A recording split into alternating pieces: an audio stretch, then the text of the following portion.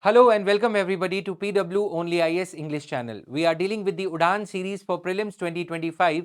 Under Udaan series, we are first of all dealing with Indian Polity. And today is the third day and we are going to deal with the third lecture, that is Salient Features of Indian Constitution. Even though this chapter is very simple, very basic in nature, but many a times the questions have been asked repeatedly. So without much ado, let's get started with it. For the PDF, you can subscribe to this Telegram channel, Jatin Verma Sir, PW Only IAS. You can either scan the QR code or in the last leg of the lecture, I have shared the link also in the description box of this video also. You will find the link to subscribe to this channel. So let's get started with it. So what are the features of Indian Constitution? We are going to deal with features like parliamentary form of government. What do we mean by parliamentary form of government? Federalism. Is Indian Constitution strict in nature? Is it rigid in nature? Rigidity means whether it is easy to amend it or is it partially rigid, partially flexible. Presidential form of government, the comparison of parliamentary form of government with presidential form of government to an extent. What are the borrowed features of Indian Constitution? So all these things we are going to deal with in a very easy to understand language, lucid language, along with the previous year questions. So let's get started. Constitution is the fundamental law of any country. It is the supreme legal document. We all know no law of the country can be brought about which is no such law can be brought about which is against the spirit or letter of the constitution. Okay, so constitution is a dynamic, Indian constitution is a dynamic whole, in the sense that when we say that Indian constitution is dynamic, we are saying that it is adaptable to the changing times. Supreme Court, through its judgments, through its periodic the revision of judgments, has been leasing a fresh lease of life, has been giving a fresh gush of oxygen to the constitution, so that it is a living document. It reflects the contemporary realities of our country. So Indian constitution is dynamic. Why dynamic? Because it is able to reflect the contemporary realities of India. For instance, right to privacy, even though it was not explicitly mentioned in the Constitution of India, but the Supreme Court mentioned it via Article 21. Reading right to privacy under Article 21 of the Constitution, which deals with freedom of life and personal liberty. Personal liberty, Supreme Court read into personal liberty that personal liberty will be of no use if there is no right to privacy. Right? So this is how the Constitution is given fresh oxygen so as to reflect the present realities of India.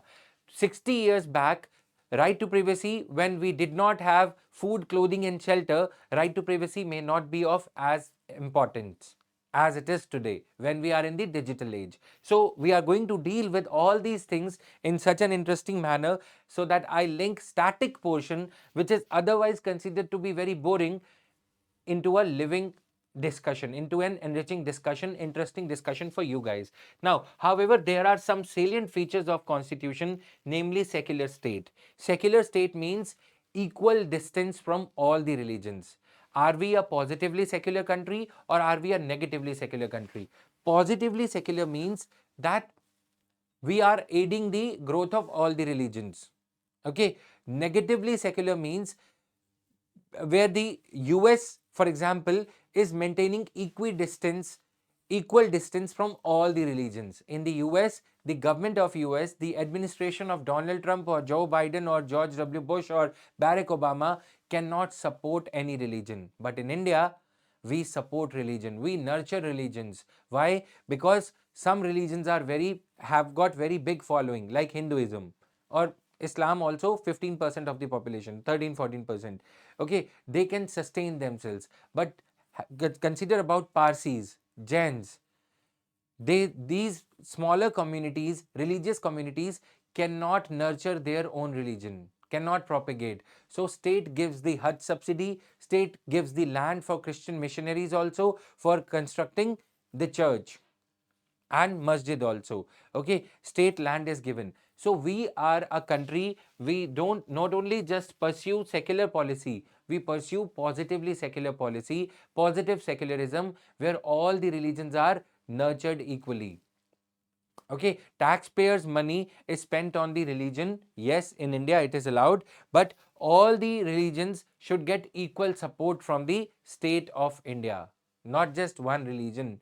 Only one religion should not get. Well, this is what the theory of the constitution says. Don't get confused with what is happening in the practice. Okay, we are not going to get into that area.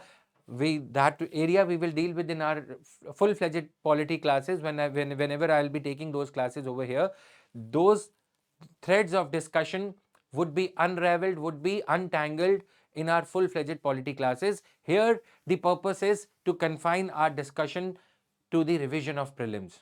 Okay, so positive secularism, a question could be asked whether we are a country with positive secularism, negative secularism, or just secularism. So we are a country with positive secularism. Federalism, what do we mean by federalism? Having two layers of government, union, state, or having third layer, that is local bodies. Third layer is called sub-federalism. Having just two layers is enough for a country to be called as a federal country. Now you must be thinking of how to make notes out of it. I'm giving you a way also. Making notes, you can just mention secular state, federalism. Federalism means where there are two levels, union and state. That is enough for a country to be called a federal country. Okay, guys? So I hope this point is clear. Parliamentary government. What is the meaning of parliamentary form of government?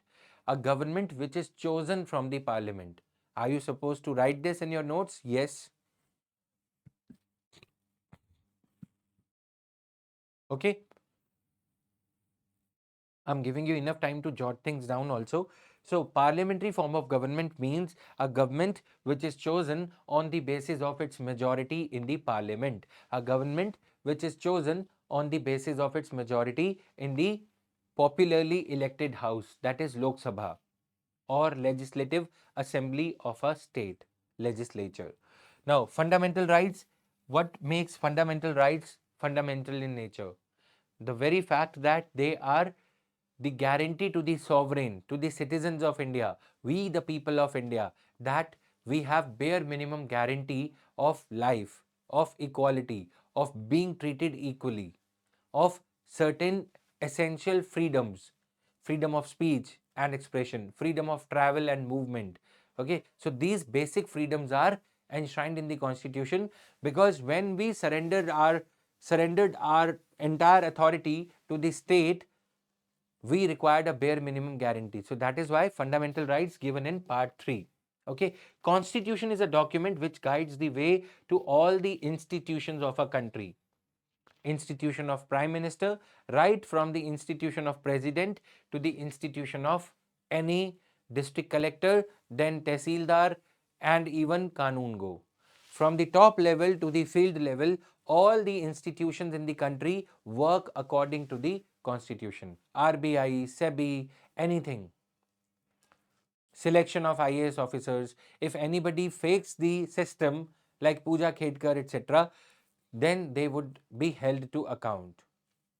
Not everybody. Again, the practical side we are not going into. Okay, so all the other laws and customs of the country have to conform to the philosophy of, have to conform to the text of constitution. What do we mean by this? All the other laws, any law enacted by the parliament, data privacy, Aadhaar Act, all of them have to conform to the constitution. Customs, triple talaq, dowry, these are religious customs, marriage, divorce, alimony, everything. Customary practices, johar, wherein the women in Rajasthan would burn themselves on the demise of their husband along with the body of the husband. Okay, sati practice. So those kind of things are customs, have to conform to the constitution. No customs can survive. For example, Sabarimala temple entry ban. Did it survive the scrutiny of judiciary? No. Okay, so these things you have to bear. So constitution was enforced on January 26, 1950. If you are coming across this lecture series for the first time, the first two lectures, historical context of constitution and making of the constitution, I have dealt with in last 2 days. You can check out the playlist or watch, browse our YouTube channel, wherein these two lectures have already been uploaded. Okay, guys. Now, it is the lengthiest of the constitution. We all know we have single constitution for both union and states. Easy points out there. We won't spend much time over here since this is a revision class, my dear students. Now, sources of the constitution. Indian constitution is considered to be the borrowed constitution.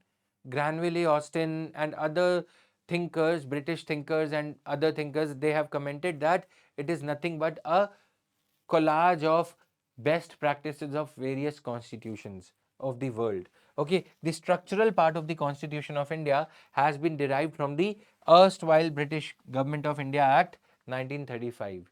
Even though the act was repealed, but its most of its features, it is said that 60 to 70% of the features of Government of India Act have been incorporated into the Constitution of India. Okay, we borrowed a lot, but we adapted these things to Indian realities, to Indian uh, way of life, to India's, and they were adapted according to the freedom, the spirit of our national freedom struggle, Indian nationalism. It is a blend of rigidity and flexibility. Some of the features which the Supreme Court in Keshwananda Bharati case said are basic features, are a part of basic structure of constitution. They have been they are basically rigid to be amended. Okay, but there are certain other features which could be amended flexibly. Why did constitution makers choose this kind of an arrangement? Because constitution makers were aware that we don't want a deadlock kind of a scenario. Okay, we don't want American scenario wherein the Senate and the president are at loggerheads. The Senate and Parliament, the elected House and the elected president are not in a logjam situation, are not at crossroads. There should be no deadlock, no deadlocks whatsoever, because as a young democracy, as a newly independent country, we had a lot of tasks at hand, and that is the reason we chose parliamentary form of government, wherein government is in control in the parliament, and that is why we had certain features which were rigid in nature, which are rigid in the constitution, very rigid to be amended. They require special majority, and there are certain other features which are flexible, they can be amended easily. Now, a rigid constitution means that special procedures are required for its amendment. Okay, secular state, I've already told you, equals protection and support from the state to all the religions. Because we are a diverse country, so it would be proper to nurture all the religions, so that the religions having less numerical strength in terms of followers should not lag behind, should not be the victims of majority religion. So that's why we provide Hajj subsidy. That is why we provide Amarnath Yatra subsidy also to the Hindus. If we are providing that, we are providing Hajj subsidy also. Okay. So these things are there. Now, federalism in India. The Constitution of India provides for federalism, union and state. This point I have already explained. Okay. It also fulfills some other features of the federalism, such as rigidity of the federal provisions. Rigidity of the federal provisions in the constitution. What are the other features of federalism? If the question comes in prelims, rigidity of the constitution, rigidity of the constitution, at least insofar as, at least there till to the point that there is a question of federal provisions of the Indian constitution, at least insofar as the federal provisions of the constitution are concerned. Okay, written constitution, bicameral legislature. Okay, we have Lok Sabha, which is directly elected, we have Rajya Sabha, Council of States. So representatives of all the states are sitting in Council of States, Rajya Sabha, Rajyon ki Sabha as we call it in Hindi, Council of States. Okay, even though one political party may be in majority because of one popular prime minister, whatever. Okay, but because of the majority in Rajya Sabha reflects the other political parties also, Samajwadi Party, etc. A bill may see the light of the day in Lok Sabha because of the majority of a single political party. Bill might see passage through Lok Sabha, but it may not be as easy to pass the bill in Rajya Sabha. Okay, that means rigidity is there. The federal principle is protected at the union level, at the union parliament level, by having a house of states where the representatives chosen from the state on the basis of majority of a political party in that state legislative assembly. Okay, they will be sitting here and they retire every 2 years, so that the party wave phenomena, if there is a political party favorable wave, if there is a political wave in favor of a particular political party, it might sweep through Lok Sabha. That political party might hold the majority in Lok Sabha because of that positive wave in favor of, for example, present day BJP. But that party may not be able to hold sway or clean sweep majority in Rajya Sabha, because members will retire. One third of the members of Rajya Sabha will retire every 3 years. Okay, so this is how the federal provisions are protected at the union level. Then, bicameral legislature, we have seen independent judiciary. Our judiciary takes care of the cases, disputes emanating between states and center. GST matters, example. This GST dispute between the center and the states. Okay, likewise, the disputes between states and states, this Mulla Periyar Dam, Kerala, Tamil Nadu. Okay, so federal provisions are taken care of by independent judiciary. What do we mean by independent here? Judiciary does not belong to the union government alone. Even though judges are appointed by the president under Article 124, but they do not owe their allegiance, they do not owe their position to the president of India, to the Prime Minister of India, to the Union Law Ministry. They are independent once they are appointed. So, having independent judiciary, having written constitution, having bicameral legislature at the union level, all these are essential features of federalism. If the question comes, what are the essential features? You should be knowing this. Clear? Now, judiciary and supremacy of the constitution. Thus, India has a federal system with unitary bias. Even though, why do we have unitary bias? What makes us say that India has a federal constitution with unitary bias? We have, number one, position of governor. Please write them down. Write this line: federal system with unitary bias. Number one, governor. Number two, we have union list, state list, concurrent list. Okay, concurrent list also, predominance or the central law passed by the Indian Parliament will prevail upon state laws if there is a clash between the law of the union and the state. If there is a clash between the laws passed by the Union Parliament and the state legislature, then the Union Parliament law passed by the Union Parliament will prevail over the state law. Okay, residuary powers under Article 246. Whatever residuary subjects which are not identified in any of the three lists, they are within the domain of Union. Then point number 3, Article 356, emergency, president's rule, governor's rule in the state. Okay, so these points are there. Number 4, All India Services, IAS, IPS, Indian Forest Service, right? So these things are there. Parliamentary form of government.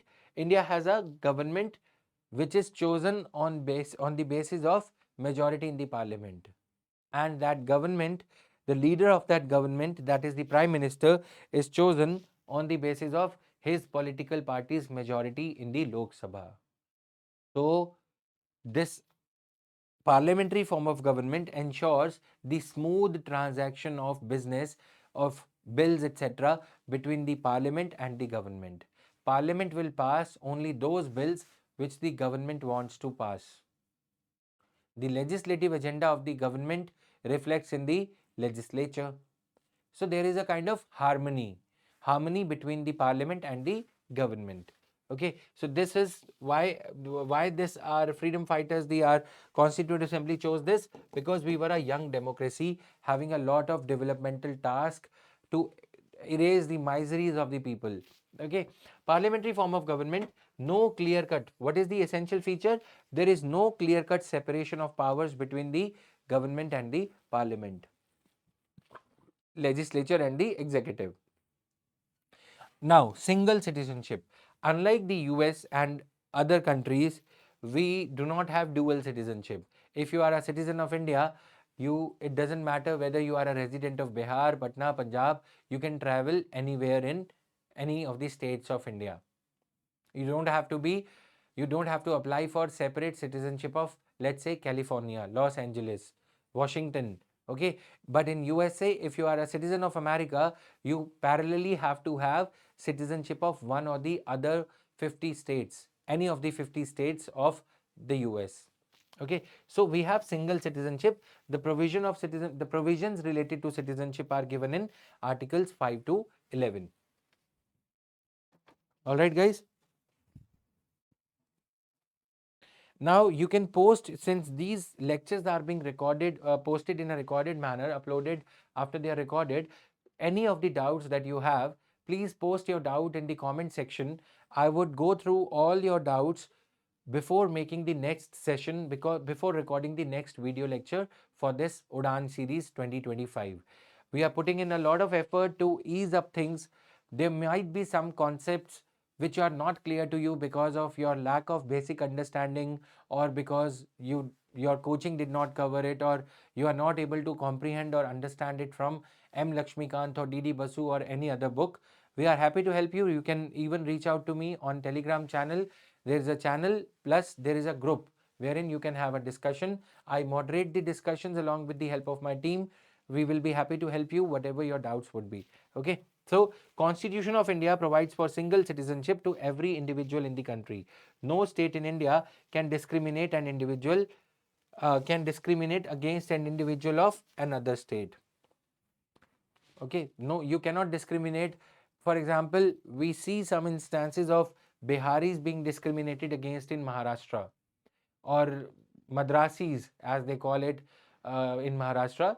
These Chennai people, Tamil Nadu people, they have grabbed all the jobs in Mumbai, in Maharashtra. Shiv Sena used to say that. That kind of regionalism, jingoism is not allowed in the Constitution of India. You are a citizen of India, you have a right to movement and right to reside in any part of the territory of India. One exception was Article 370, Article 35A, Jammu and Kashmir. That article has also now been abrogated. Okay, so we now have single citizenship and single constitution. Now, integrated and independent judiciary. Independent, I have explained already. What do we mean by integrated? Integrated means, integrated means, thank you. Integrated means that the district courts and high courts and Supreme Court, they work in an integrated manner. The cases, once they are decided upon in the district court, can be appealed at the level of high court, and the cases, outcome of the cases at the high court can be challenged or appealed at the high court, at the Supreme Court. Okay, so this is how the judiciary functions in an integrated manner, insofar as the judicial side of the judiciary is concerned. Now let me make it challenging for you as a polity teacher. We can give you some brain teasers, we can give you some challenges or enhance your understanding. On the judicial side, judiciary is integrated. But is the judiciary integrated on the administrative side? Yes. Yes. Any judge of the district court of Punjab can be promoted to high court on the basis of his excellence, of knowledge, on the basis of his tenure, seniority, etc. Merit. Any judge of the high court on the administrative side can be promoted to the Supreme Court. Any judge of the Calcutta High Court can be transferred to Punjab and Haryana High Court also. So judiciary is integrated on both administrative side as well as judicial side. This is just a glimpse of what and what to study in polity, how to study in polity, how to study things in polity, so that you are not on the wrong side of the question, on the wrong side of the law, I should say. Got it? So understand things in a funny manner. You would love reading polity, you would fall in love with the subject. Now, coming here, the Supreme Court is the highest court of India with authority over all the other courts in India, followed by high courts. This is another way of saying the thing I explained via the medium of, with the help of this triangle. Okay. Now, protection of judiciary from the executive. Judiciary is protected from the government because of security of tenure. A judge once appointed cannot be removed unless he has committed some constitutional violation, unless he has committed some legal, I mean, he's mentally troubled or something like that, only then can he be removed. Otherwise, he has a fixed tenure and fixed condition of service for the judges. They will get retirement. Their expenditure is charged on the consolidated fund of India. The administrative expenditure and the salaries of the judges are charged on the consolidated fund of India. Am I clear? Now, the directive principles of state policy, part 4, articles 36 to 50 of the Constitution mentions the directive principles of state policy. We have an element of idealism also. What should our India be? Even though at the time, why were the directive principles incorporated? Even though at the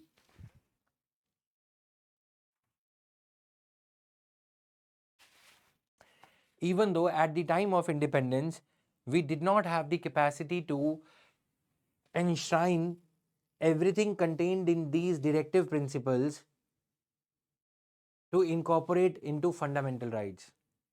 Fundamental rights are sacrosanct. That means for the violation of anything given in the fundamental rights, part 3 of the Constitution, you can walk up to the Supreme Court directly. High Court, Supreme Court, any courts of your, any of these levels according to your choice. Article 226, through the writ petition of High Court, you can plead the High Court, you can appeal in the High Court that your fundamental right has been violated. Article 32, through the writ petition of the Supreme Court, you can reach up to the Supreme Court. Okay.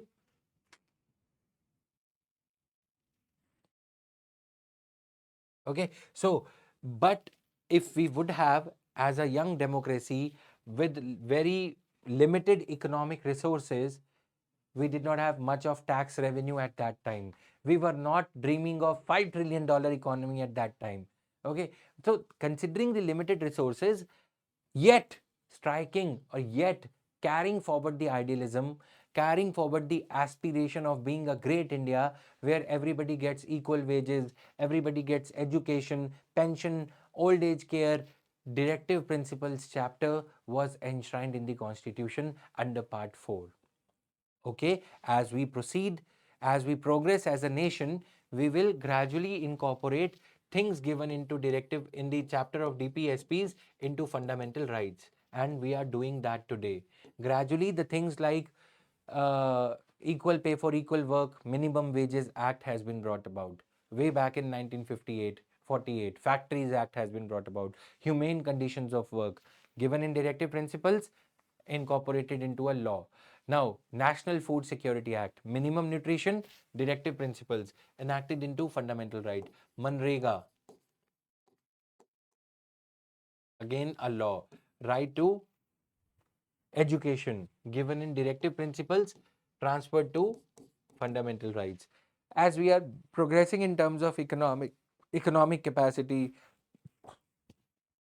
and educational capacity, social capacity, economic capacity of our country is improving, we are transferring the idealism, the aspirations given in the directive principles into fundamental rights. Got it? These are non-justifiable in nature and are broadly classified into socialistic, Gandhian and liberal intellectual. We will deal with this chapter. I will inject a new element of life, even though I'm just a polity teacher, okay, but I will inject a fresh lease of life or fresh oxygen into these principles which you otherwise find quite boring to revise. Okay, so I'll help you memorize also. Now, fundamental rights. See, guys, as a job of, teacher, while we are recording, it becomes very mundane kind of a job, right? Unless we enjoy this ourselves, it's very difficult to transmit the knowledge. So we have to do it with the feeling, so that the feeling, the idea, the vision, whatever we have learned gets transmitted and remains in your memory. Okay, so your response, your feedback, your comments, your doubts, everything keeps us alive, everything keeps us motivated. So do post your comments, how did you like it, etc. How did you find the session to be, whatever is missing, any criticism also is welcomed. Okay, at least for my videos. Now, fundamental duties, these were added to the constitution by 42nd Constitutional Amendment Act 1976. Fundamental duties, can we say that these fundamental duties uh, make India a socialistic country? Yes, these were the having fundamental duties in the constitution is an essential feature of socialist countries like erstwhile USSR, Russia. Okay, so we incorporated them during the heyday of the socialist era, Indira Gandhi era. Okay, Verma Committee, etc. Okay, so Indira Gandhi era, in this era of 1970s, when we were having a heyday of our hippie hurre period of socialism, banks were nationalized. It was during that time that we incorporated this chapter of fundamental duties. A new part 4A was added. What is the significance of adding it to? Adding it after part 4. It is non-justiciable. Part 3 is justiciable in nature, in the sense that you can reach out to the courts for justice, for enforcement of fundamental rights. Adding fundamental duties after a non justiciable part, part 4, directive principles, has a logic that they are non enforceable. Okay, the provision reminds the citizens that while enjoying their rights, they should also perform certain duties that are expected of them as the citizens of this great country. Got it? So this is there. Now, universal adult franchise. In India, every citizen who is above the age of 18 years has the right to vote without,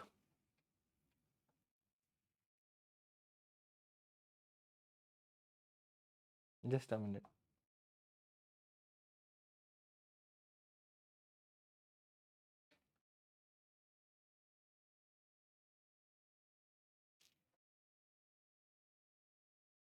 Okay, so universal adult franchise. There is no separate electorate, etc. Okay, universally the right to vote was given to anybody above the age of 18 years. An essential principle of democracy, irrespective of their religion, race, caste, sex, place of birth, etc.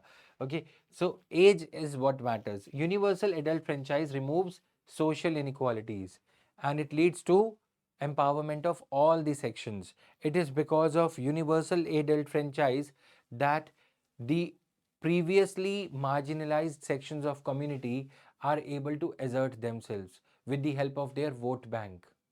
With due respect to the communities, Yadavs of UP, Jats of UP, Haryana, Punjab, right? Not Punjab, UP, Bihar, UP, Haryana, Punjab, to an extent Punjab also, right?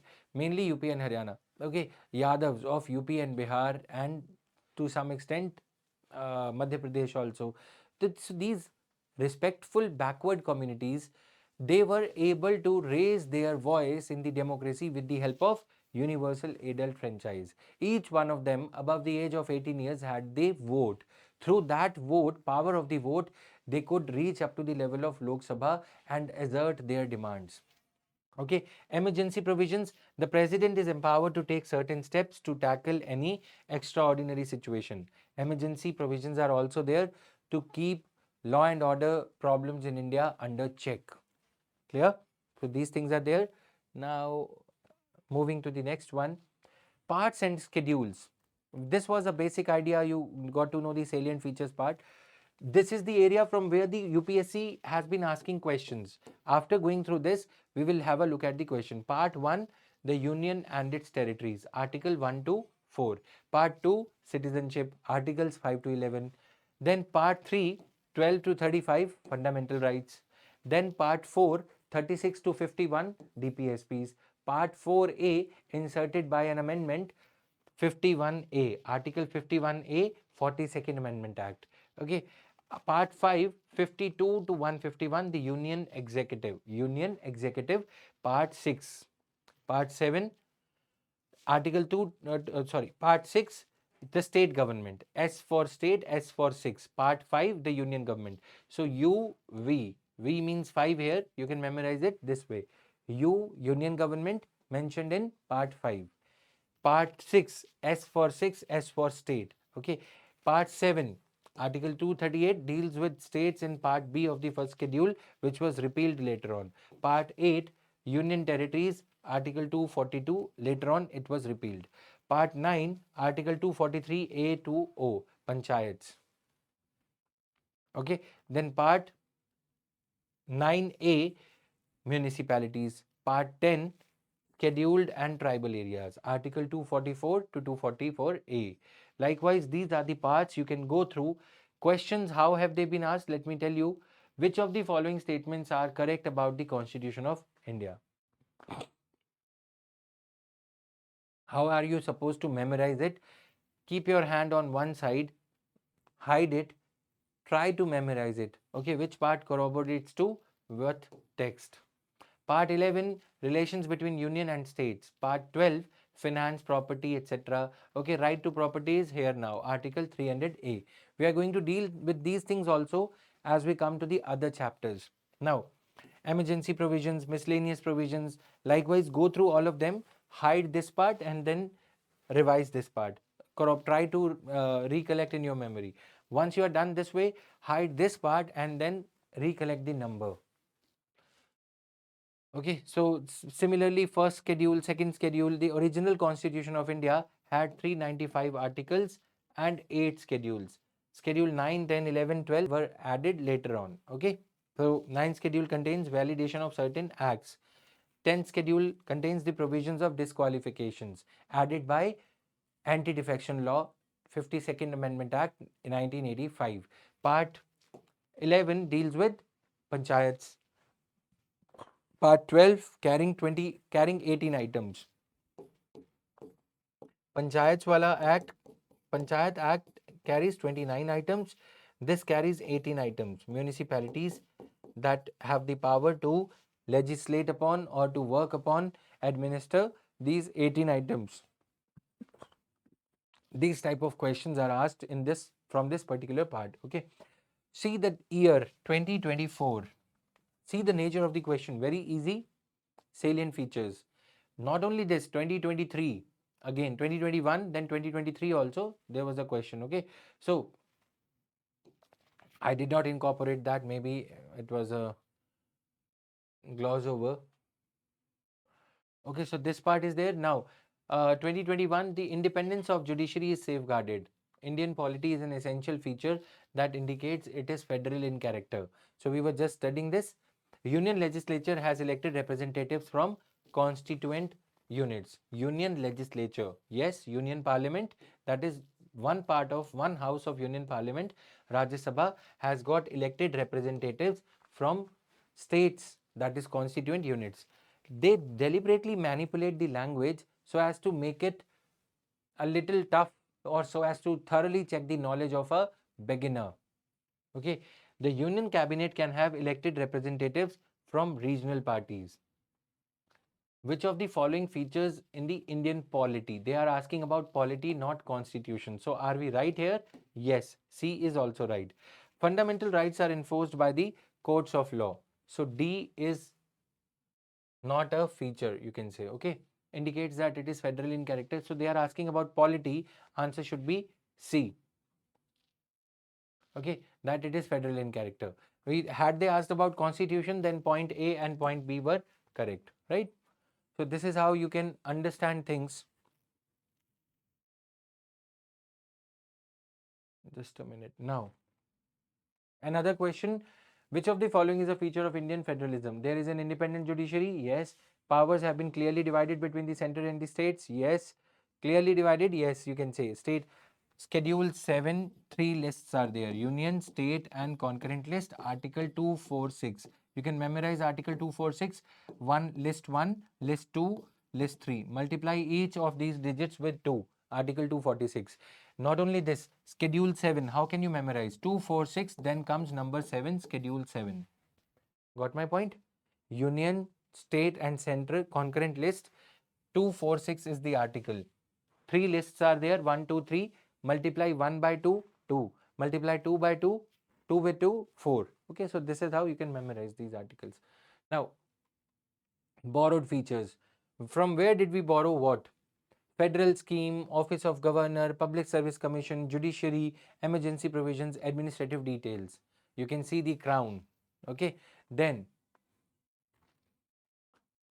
nominal head, president like queen. From UK we borrowed all these features. Okay, Government of India Act, British rule, we borrowed these features. Ditto the, not ditto I would say, but very similar to the previous provisions.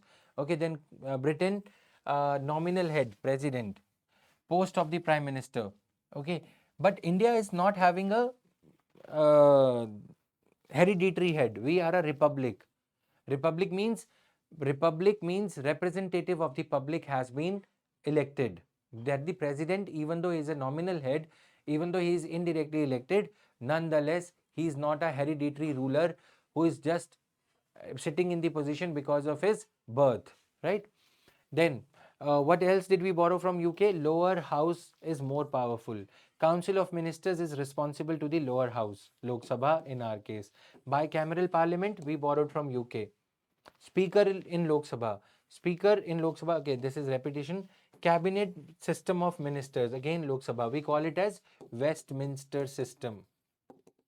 Westminster is the name of the place where British Parliament is located. All right, then single citizenship, prerogative writs, then parliamentary privileges, etc. Then from the US, fundamental rights, judicial review. Judicial review is an essential feature of the US system. Independence of judiciary, we borrowed from here. In the UK, judiciary is House of Lords. The senior members of the House of Lords in UK are acting as judges there, right? They have a separate judiciary now, that's a separate thing. Okay, now impeachment of the president, again we borrowed it from the US. Then removal of Supreme Court and High Court judges, article 200, 124, 126, then 217, this is there. Power post of the vice president, we borrowed it from the US. Clear? You can take a screenshot if you want. Let's move ahead. From the USSR, erstwhile USSR, now Russia and the other Soviet countries. Fundamental duties. Later on, we incorporated them through 42nd Constitutional Amendment Act 1976. Idea of justice in the preamble. What type of justice? Not only political, not only economic, social justice. Okay, from Australia, concurrent list. We borrowed from Australia. Freedom of trade, Article 306, etc. Okay, from Australia. Commerce and intercourse. Commerce between the states and movement of trucks and goods carriers from one state to another. This is an essential part. Joint sitting of the two houses of the parliament, Article 108, we borrowed from Australia. Now, from Canada, federation with a strong center, because we had secessionist tendencies, which are present day, in the present day also originating from Canada, Khalistan movement, etc. So you can remember this federation with a strong center because of the country Trudeau's country, that he is trying to break our country. He was okay. Secessionist movements are originating, because of which country secessionist movements are originating against India. Divisive movements. Canada these days, okay, much more than Pakistan. Now again Trudeau has gone. Vesting of the residuary powers in the center. Residuary powers in the center. Appointment of the state governors by the center. So these are in sync. strong center they wanted. So Canada only had the system of governors, strong governors. Okay, advisory jurisdiction of the Supreme Court, Article 143. 143 means advisory jurisdiction of the Supreme Court. From Ireland, directive principles of state policy, nomination of members of Rajya Sabha, Ireland. Okay. Then method of election of the president. We borrowed it from small country Ireland. From Japan, procedure established by law. I ask you a question, which is weaker? Established procedure established by law or equality before law?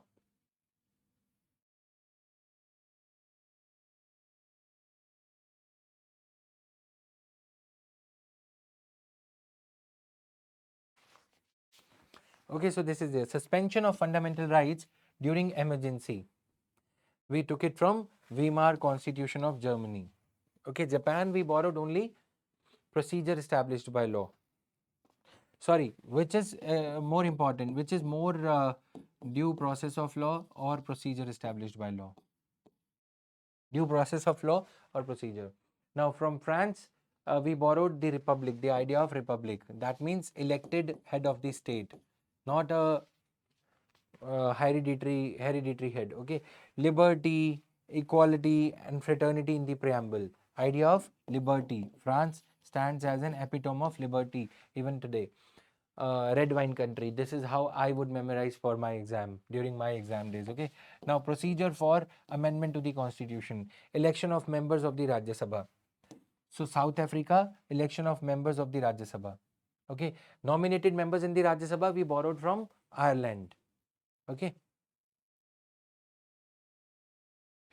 Now, comparison of the Indian constitution scheme with the other countries, this we will deal once we are done with some other aspects. Okay, so this was all. Now, for PDF and updates, you can subscribe to the Telegram channel Jatin Verma Sir, PW Only IS. I don't want this title of Sir, but since they have created the Telegram channel in this manner, just that it becomes easier for you to search. I'm taking the full name. Many people keep on struggling. It is given in the description box of this video also. Tomorrow again we'll come up with another title of the this Udaan series under Indian Polity series. Okay, so stay tuned. Every day one lecture would be uploaded. This kind of an interesting discussion would be there. I would eagerly be waiting for your doubts, comments, feedback, critical, even if critical. But yes, your feedback is much wanted for us to improve, for us to keep doing this work, whatever little we are doing towards your studies. Stay motivated, keep doing the hard work. You are in the last leg of your preparation. If you are watching this video to the end, kudos to you, kudos to your patience. We are in the era of Instagrams and shorts, and you've come a long way watching this video. That means you are somewhere dedicated. Keep working hard, working smart. All the very best. See you tomorrow, guys. Thank you.